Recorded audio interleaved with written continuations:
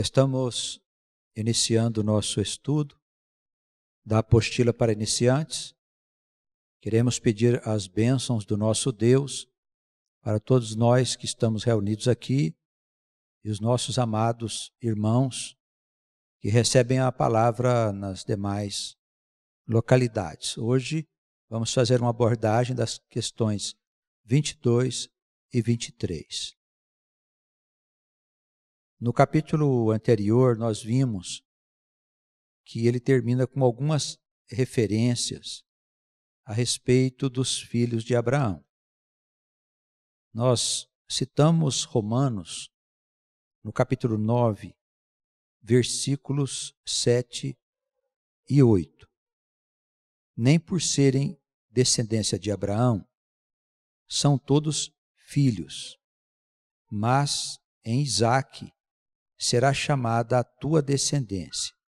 Isto é, não são os filhos da carne que são filhos de Deus, mas os filhos da promessa são contados como descendência. Também citamos Gálatas, no capítulo 3, versículo 29. E se sois de Cristo, então sois descendência de Abraão e herdeiros conforme a promessa. Esses versículos, eles tratam aqui da figura de Abraão, a figura conhecida nas escrituras antigas como aquele que foi o primeiro que creu, o primeiro crente no sentido que se dá a essa palavra. E também fica claro na vida de Abraão, nas passagens em que ele aparece, que Deus fez a ele promessas a respeito do que iria acontecer com a sua descendência. E é isso que nos importa. Porque a passagem de Gálatas, por exemplo, ela fala que se nós somos de Cristo, se cremos que Cristo ele é o ungido, o Messias, aquele profeta esperado pelo povo de Deus, então nós somos também descendência de Abraão e herdeiros daquela promessa. O Senhor, ele diz que haveria essa descendência. Em Romanos, na passagem citada, fica claro que não são os filhos da carne que são filhos de Deus, segundo a promessa. Como poderia ser isso? O apóstolo Paulo desenvolve todo um trabalho na sua carta aos Romanos, falando justamente dessa descendência, dizendo que existiam judeus que não eram judeus verdadeiros, eles eram judeus apenas exteriormente. Faltava a esses judeus um laço verdadeiro com Deus, que era o que Paulo chamava de circuncisão do coração. E também se aplica, evidentemente, a mesma regra aos cristãos. Nem todos os que são cristãos verdadeiramente, porque do mesmo modo que os judeus, faz-se necessário que haja o laço de fé no coração, para que se configure essa descendência. Sendo assim, todos os homens podem se tornar filhos de Abraão e participar dessa promessa que foi feita no passado. Isso só fica sem sentido se nós acreditarmos que a vida é uma experiência temporal. Ou seja, que as almas aparecem durante a história, em determinado momento, sendo ou não instruídas, elas seriam condenadas ou salvas para viver num inferno eterno ou para viver no céu da eternidade para sempre com Deus. Essa é a concepção tradicional. E se nós acreditarmos dessa maneira, é claro que a instrução de Paulo ela perde todo o sentido.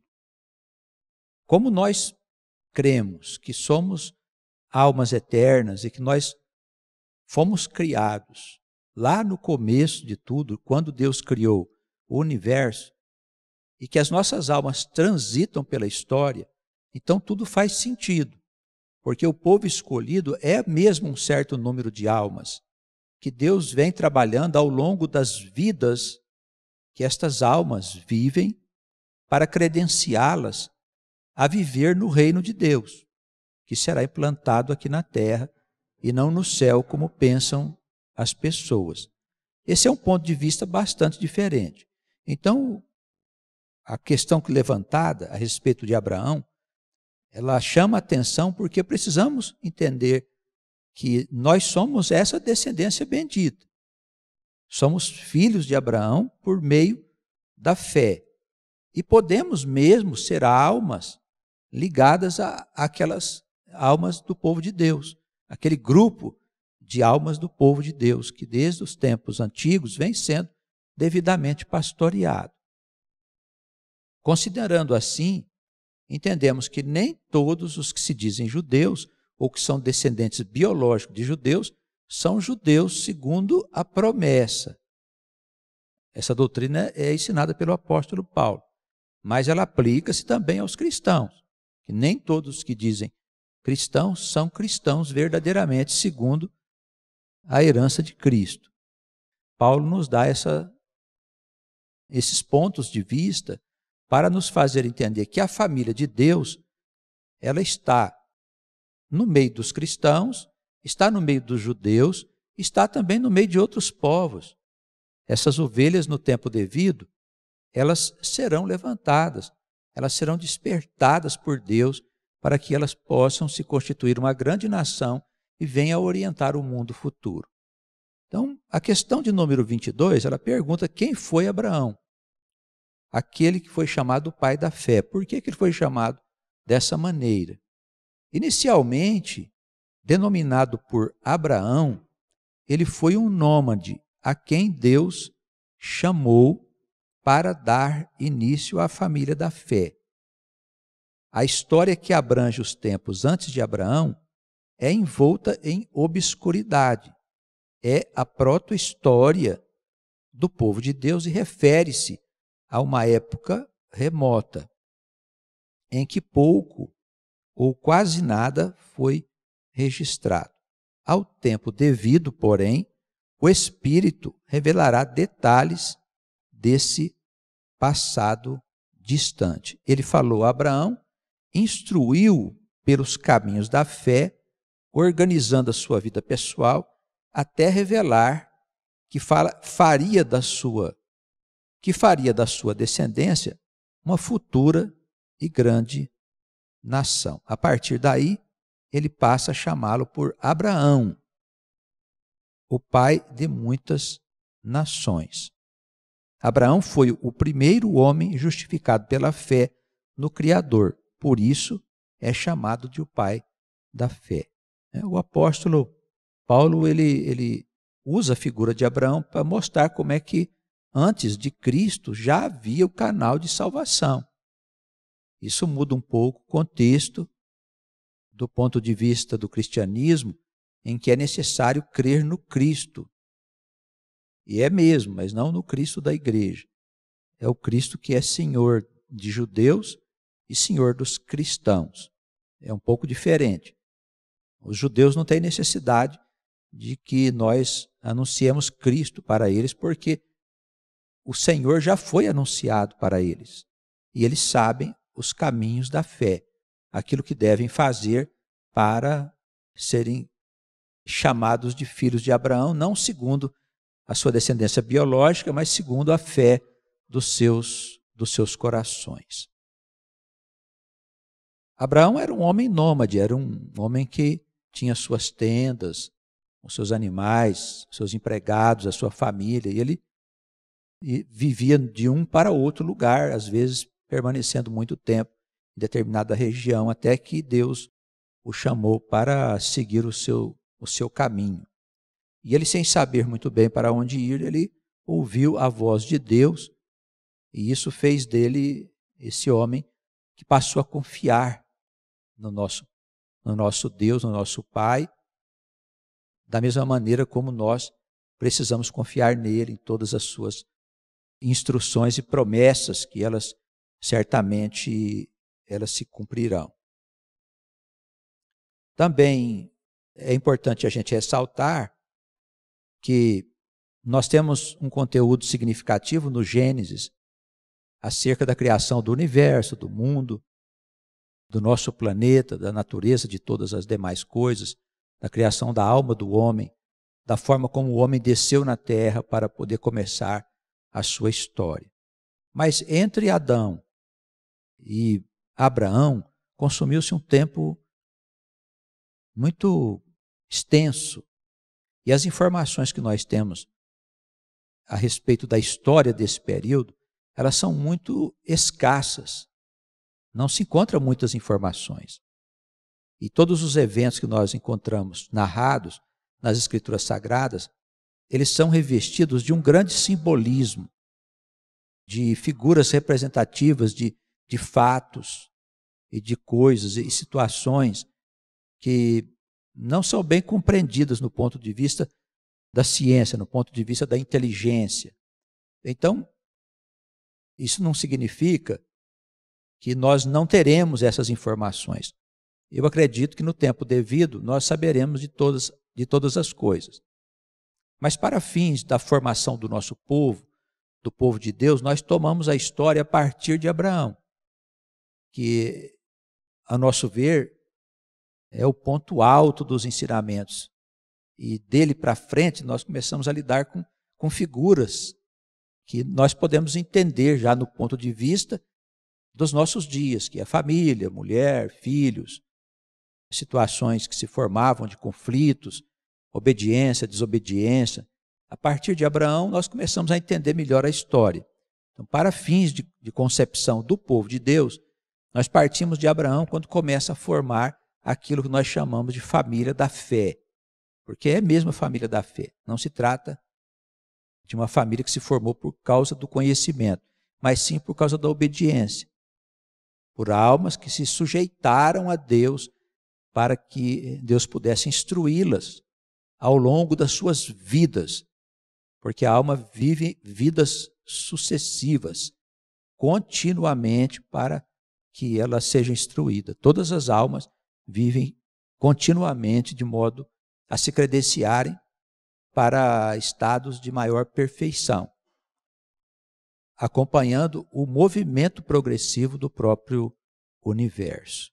Abraão é essa figura que aparece tanto na história antiga quanto no Novo Testamento, citado pelo Senhor, citado em algumas passagens da história da vida de Cristo. Aqui nas referências, os irmãos podem acompanhar conosco. Deus fazendo aliança com Abraão. A narrativa está no livro Gênesis, no capítulo 17, os versículos 4 e 5. E mais alguns versículos adiante, toda a história está ali narrada e os irmãos podem examinar em casa com mais procedência. Quanto a mim, eis a minha aliança contigo. Quanto a mim, o Senhor, eis a minha aliança contigo. Serás o pai de muitas nações, e não se chamará mais o teu nome Abrão, mas Abraão será o teu nome, porque por pai de muitas nações te tenho posto. É interessante nós ressaltarmos aqui que já existiam as nações no mundo e outras viriam a se formar. Mas não se tem notícias de que Abraão foi responsável pela formação dessas nações. É claro que ele está falando aqui que Abraão, ele seria o pai dessas nações, porque a sua descendência iria orientar essas nações no futuro. Isso aconteceria no reino de Deus, quando o reino fosse estabelecido. Então, todas as famílias da terra, conforme dizem as Escrituras. Nós temos aqui na outra referência, o Gênesis, capítulo 22, versículos de 16 até 18, ele dizendo no finalzinho da referência: em tua descendência serão benditas todas as nações da terra, porquanto obedeceste a minha voz. Nós vemos, pois, que não é que Abraão iria fazer novas nações, mas que todas as nações do mundo, elas seriam abençoadas e dependeriam da orientação dos descendentes de Abraão, que é o povo de Deus, as 12 tribos de Israel, que se ajuntarão no futuro para orientar a vida das nações. Isso acontecerá no período pós-apocalíptico, depois que vier o Apocalipse e ocorrer a grande destruição da vida na terra. Essas nações serão reorientadas pelo povo de Deus, pelo Israel bíblico, para que elas possam saber o que fazer a partir de então e possam encontrar o caminho da sua felicidade, e será evidentemente uma felicidade para todos. Abraão, pois, é aquele a quem foi feita a promessa, e dali começaram a surgir as linhas que dariam origem às tribos de Israel. Estas almas que seriam incorporadas ali àquele contingente, para que eles fossem preparados devidamente. Vemos aqui na frente, depois na história, que cada tribo tinha a sua aptidão. Uns eram preparados para artes, outros eram voltados para a guerra, outros para o sacerdócio. Havia aptidão em todas as tribos. Isso significa que, no futuro, eles iriam exercitar essa aptidão para poder orientar o mundo vindouro. Então, é dessa forma que nós entendemos essa promessa que foi feita a este homem que lá atrás, na história, ele creu no Senhor e, por isso, segundo Paulo, ele foi tornado justo.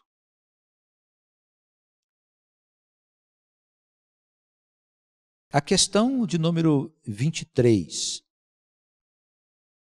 ela pergunta se todo o povo de Deus é descendência de Abraão. Todas as almas do povo de Deus, sem exceção, são descendência espiritual da aliança que Deus fez com Abraão. Essa aliança deu início à preparação dessas almas para que no futuro elas viessem a ser liderança à frente da Nova Jerusalém.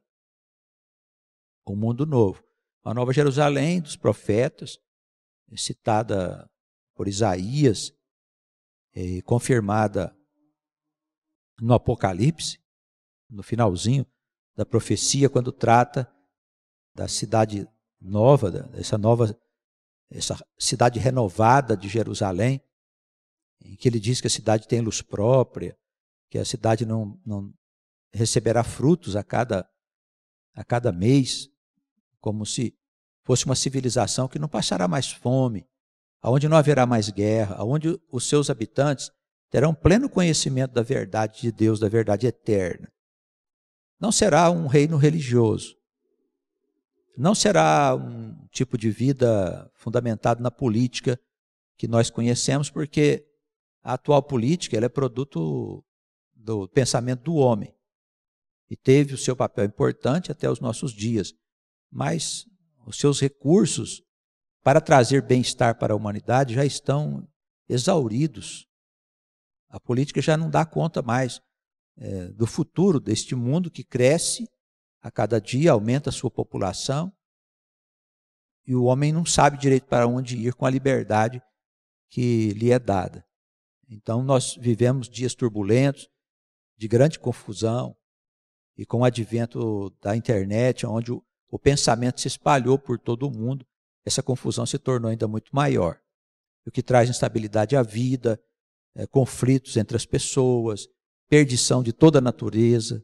Nós encontramos aí as pessoas fazendo do jeito delas a vida, pensando ser felizes do jeito que elas acham que é a felicidade, enfim, é uma série de enganos que foi gerada aí por esse espírito que hoje está no mundo.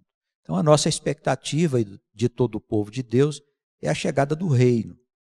Então o reino de Deus, ele vai ser implantado na terra, ele não é um reino que vai ser colocado nos céus. Nós não vamos morar em nenhuma cidade no céu, como pensam os teólogos tradicionais.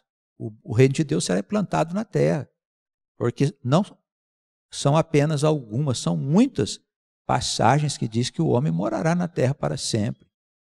Então é essa terra. De que maneira serão benditas as nações da terra se elas não estiverem aqui? Nações da terra serão benditas na descendência de Abraão.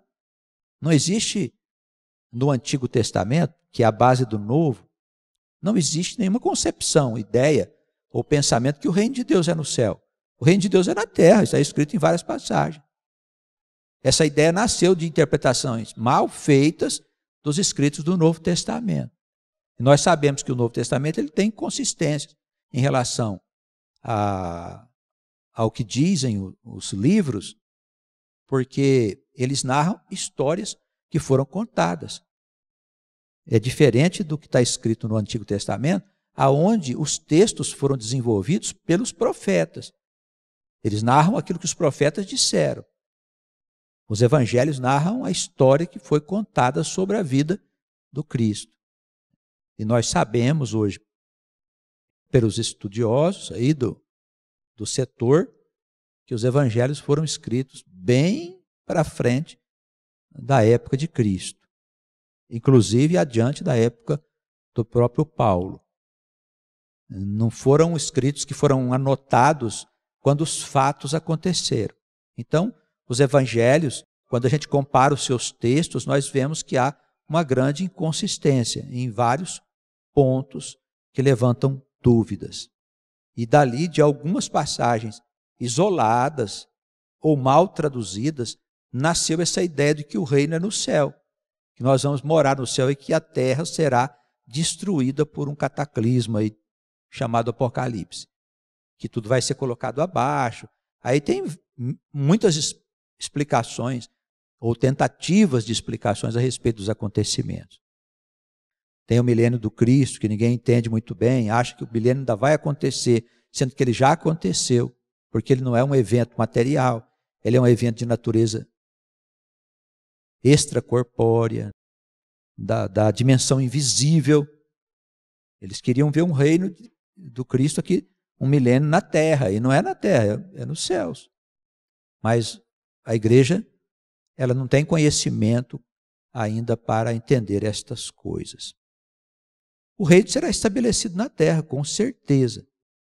E as nações serão orientadas pelo povo de Deus, pelo Israel, que o Senhor vem trabalhando há tanto tempo, preparando estas almas. Então, todas as almas do povo de Deus, sem exceção, são descendência desta aliança que Deus fez com Abraão. Porque há de se crer nesta aliança, e crer neste Deus, e crer nestas promessas. Isso nos faz filhos deste Deus e membros desta família. Se a nossa alma pertence àquele grupo de almas lá do passado, não se sabe, mas com certeza alguns de nós pertencem a essas almas. Outros são gentios que creram também no Deus de Abraão. Deus deseja que todos os homens sejam filhos de Abraão, não só os judeus ou cristãos. Porque o mundo se encherá do conhecimento do Senhor, dizem as Escrituras. E quando isso acontecer e todos crerem, eu penso que a humanidade será transformada, de modo a que todos sejam filhos desse Abraão. Deus deseja isso, que todos os homens tomem consciência de que eles são, que são almas eternas, que foram criadas para viver aqui, construir uma civilização.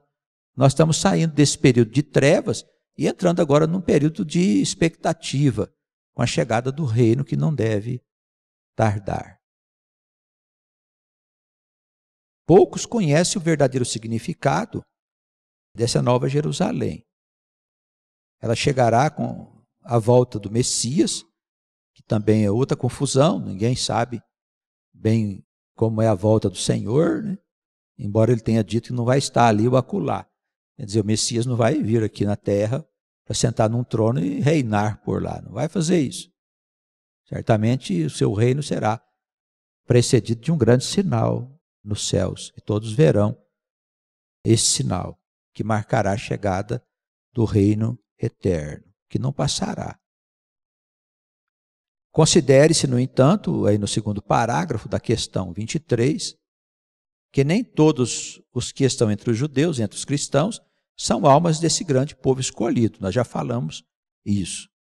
Muitos homens são crentes apenas na exterioridade da fé.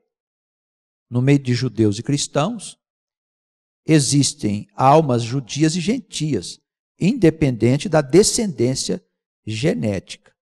Elas estão envolvidas com os livros da lei, com os profetas, as promessas, os evangelhos e a doutrina dos apóstolos, compreendendo-os em maior ou menor profundidade. Isso significa o quê? Que dentro do povo de Deus, entre o povo de Deus, existem almas mais maduras, almas mais experimentadas e almas mais novas, mas elas pertencem ao mesmo povo, ao povo de Deus.